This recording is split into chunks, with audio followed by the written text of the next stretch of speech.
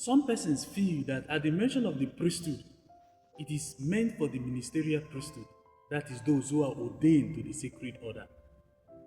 But there is also common priesthood, that by baptism, every Christian participates in that priestly mission of our Lord Jesus Christ.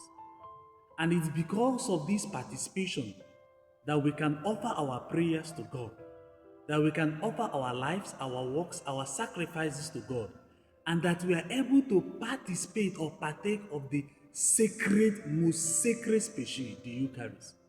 Brothers and sisters, it is the 11th Sunday in ordinary time, year A.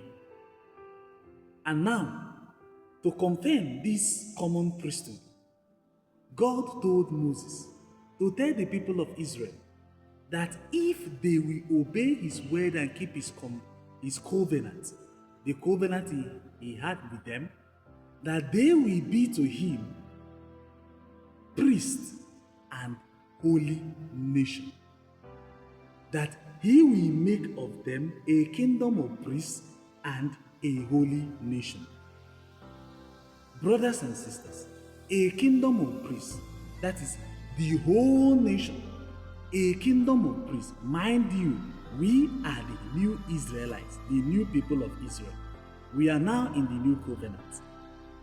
If God can tell Moses that he will make of them kingdom of priests and holy nation, visually, a priest is set apart, and by setting apart, you are holy. You are meant to be holy, because you cannot demarcate or differentiate priesthood with holiness. As a priest, you are meant to be holy. Now, if that is the case, that a kingdom, a nation can be a kingdom of priests, it then means that each and every one of us will participate in this priestly ministry of our Lord Jesus Christ by virtue of our baptism. That being the case, we are called now to live a life depicting or meant for a priest. And that life is a life of holiness. Now, in the gospel, we saw Jesus looking at the people. They were harassed and helpless because they were like sheep without shepherd. Who will shepherd them? And that is why he told the apostles that the harvest is plentiful, but the laborers are few. They should pray to the God of harvest to send more laborers into the harvest. Now, they need shepherd.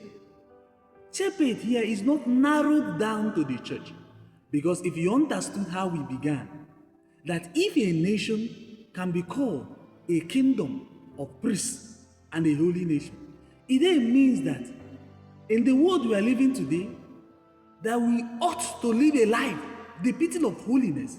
And depicting of holiness means that living that life of priest, living that life of holiness, then we take it in our everyday activity.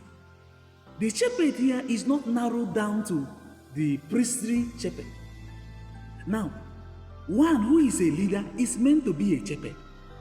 If you understand this passage, what this kingdom of priests entails, then in shepherding those under you, whether as a father in the family, as a politician, as a local government chairman, as a representative in the House of Assembly or House of Reps, wherever position you find yourself, as a principal, as a vice chancellor, there are people under you. Then you will take that responsibility as a responsibility meant for those who are priests, those who will be made kingdom of priests. That is, if only you want to obey God. If only you want to obey him, obeying his commandments, built and centered on law. If only you can do that, then this kingdom of priests will come to reality. But know you that you are also a priest. Common priesthood is for everyone by virtue of our baptism if you are a Christian. And if that being the case, you are meant to live out a life depicting of a priest, a life of holiness, irrespective of the field you find yourself. May God help us to be mindful of who we are, to be mindful that our priesthood does not stop in the sacred priesthood, that we who are baptized are also priests, and we are expected to carry our life, to live our life in holiness, and to help one another to grow in holiness and to be good. Peace be with you.